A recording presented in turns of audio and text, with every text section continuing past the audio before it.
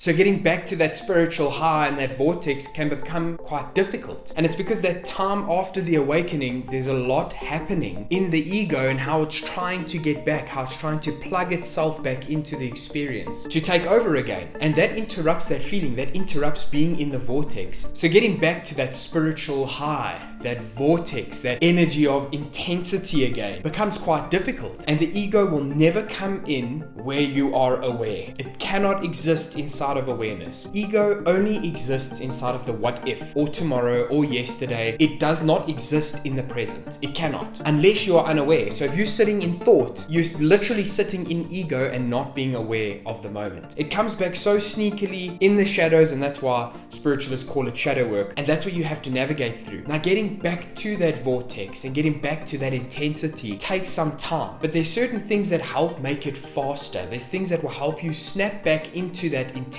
awareness, which is outside of ego, and you can be back in the vortex. And this doesn't have to take you 6 months, 8 months while you process the next shadow. You can come in and out of it as you need to. Now, obviously, as a spiritual being, you want to be in that all the time. And to understand how that works on a deeper level so that you can apply it whenever you need it, obviously takes some logic that has to come across. You guys know I hate being super esoteric and I hate being airy-fairy and speaking like a true mystic, because that's not really what life is like on a day-to-day basis. It's not realistic that you can stay in that space. You know, you might get to feel it, but to live it as a day-to-day is not realistic. That's why I always speak about making spirituality practical. So for those of you who are new here, I take spirituality, break it down, and I make it practical so that you can apply it in a logical way. Something that anybody can understand. It's not so far out there. And if you don't want to miss a video like this, Spirituality Made Practical, make sure to hit that subscribe button so that you don't miss another upload. Now, getting back to that vortex,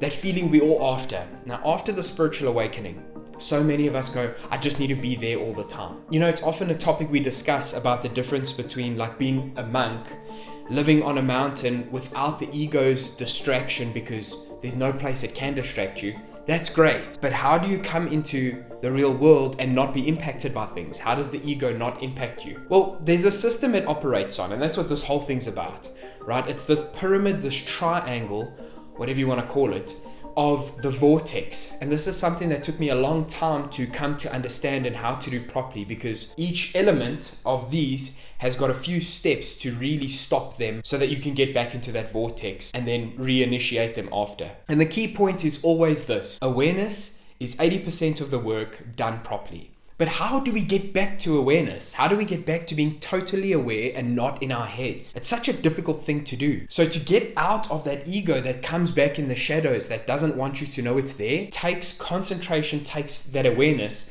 that we need to get back. But this system really helped me do this so that I can come in and out of the energy as I need to. Do my shadow work and come back to this good place. I'm not ever going to say it's easy, but there is a practical thing you can apply. So the fundamental way that ego comes back is it starts with your thoughts. Thoughts themselves are ego demonstrations. Thoughts are a potential what if in your head. They, as their very nature, are egotistical. But does it impact your spiritual sense of self? And that's something I'm going to speak to you about today that's really interesting about the head and the heart. So there's this really great book my friend had read, but also recommended the author and a podcast she had done. I'm going to link her name down below because I can't remember it off the top of my head, but I'll put her name here and the book. And you know that the link to the book will also be in the description if you guys want to go and get it. I'm going to get it and read it like this week. And she speaks about the heart being a brain. And when you just start thinking with consciousness from the heart, everything in your life starts to change. And that's the fundamental difference. Thoughts being your head over here and feelings being your heart. If your heart starts the process, it's not ego, it's feeling. And feeling is the authentic soul body. It's feeling, it's emotion. It's beyond logic, words, and things of this earth. It's that step above. Now, feelings are something that I speak about a lot. And for those of you who want to learn how to control your feelings so you can manifest, because that's how manifestation works, it uses feeling, you can watch this video here where I actually break it down and I call it the language of the universe. Because emotions are how we communicate. It's how we should pray. It's how we ask for things. It's how we manifest and reflect a reality to ourselves. So this thought aspect is where we get trapped. That's where ego starts. And it doesn't always sound or feel polluting. It doesn't feel toxic. But that little rabbit runs fast on his wheel and starts doing stuff, even when your focus moves off of it. you'll come back to it. So how do you know if you've already started stepping out? Have you worried about anything recently? Been concerned about the outcome or the way something's going to go? If you have, that's the ego. It starts with fear. Ego and fear are the same energy. They come from the same vibration. It's part of your natural earthly experience. So we need to get out of that fear as soon as thoughts start coming. So thoughts then lead to actions, which leads to feeling in ego. The spirit does it this way: feelings, then thoughts, then actions. If your feelings are the generative concept, then that awareness creates a feeling which you then allow to generate thoughts, and that will motivate your actions. And the reason you want to do it this way is because starting out with getting rid of thoughts linked to fear is the way you stop the ego's impact immediately. So the way that we actually get to stop the actions and the thoughts properly, enough to get back into the vortex so we can remember which direction we're traveling. It's the 3-step activation. We're going to activate the feeling as the primary thing, not the reaction. Now, this is something that happens when we're growing up as ego beings, is our feelings are reactive. They don't create anything. And that's what we need to stop. They need to be the first step. They need to be point number 1. So what happens is we get into feeling. To get here, we have to stop these 2 things. So the way we do the 3-step activation is we start at the end of the ego trail. The actions. How much of what you're doing is habit? How much of what you're doing is intentional? Like, I used to be a smoker. Smoking was habitual. I didn't even know I was doing it. My whole life worked around with this as part of it. I would go outside, I would have a cigarette, I would kill it, I'd walk inside. Now, this is something that was just part of my routine. It wasn't intentional, it wasn't conscious. It was just part of how I operated. So getting out of that was the first thing. Stop the actions. Now, I'm not saying if you're a smoker, you're not allowed to smoke, but stop doing anything that's programmed. One great way to do this: stop brushing your teeth with the other hand. Dry yourself with your dominant hand being dead still. You'll start to activate a part of you that becomes aware of your actions intensely. So what we want to do is take these habitual behaviors and make ourselves aware of them.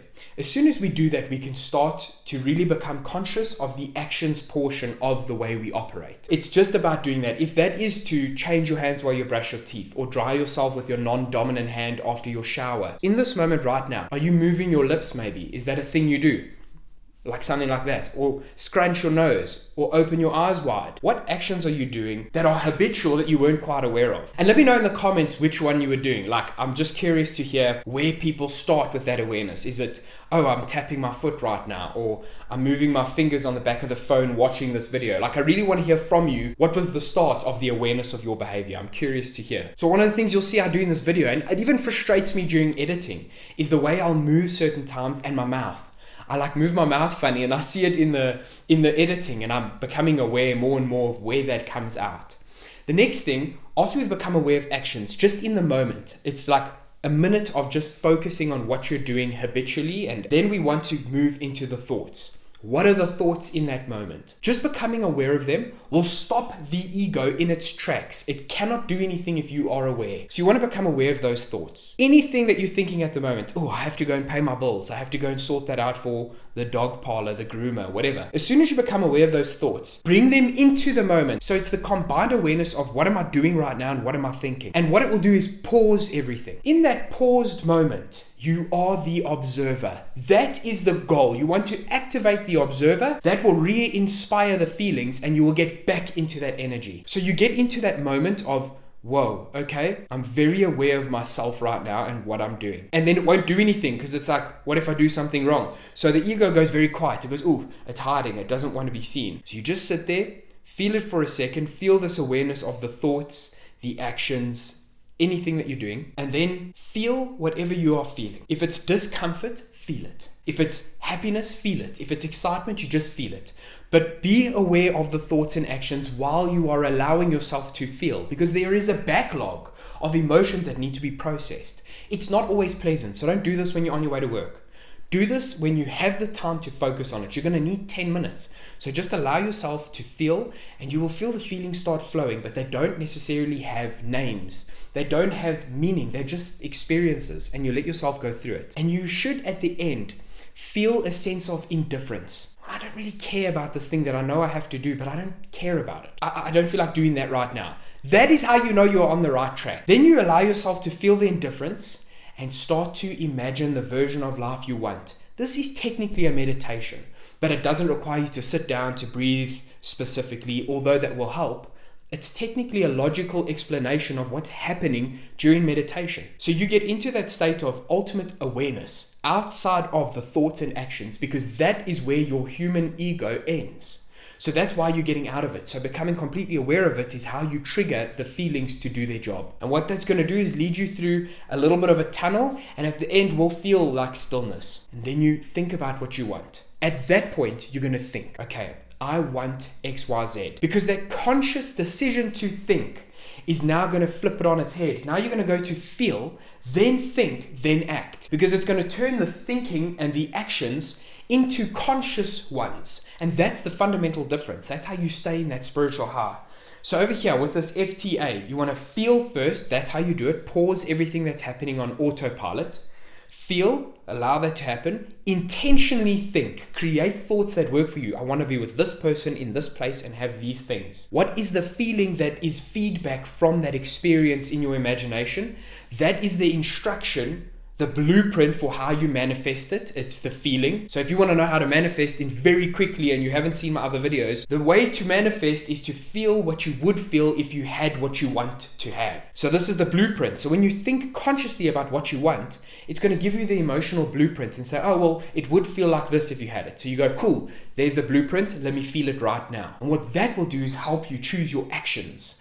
And as you choose the actions, they are aligned with that feeling, which you've now said is my state of self. And that state of self feeling is going to start manifesting and bring you back into the vortex. So if this has helped you understand how the ego comes back, why you're not in that spiritual high, please leave this video a like. I want to know how many of you are like, that works for me. And if it does work for you, please don't forget to subscribe so that you don't miss any other videos I release about making spirituality practical so that you can apply it to manifest your dreams. Thanks so much for watching. I hope to catch you all in the next one and in the comment section. Mad love and light.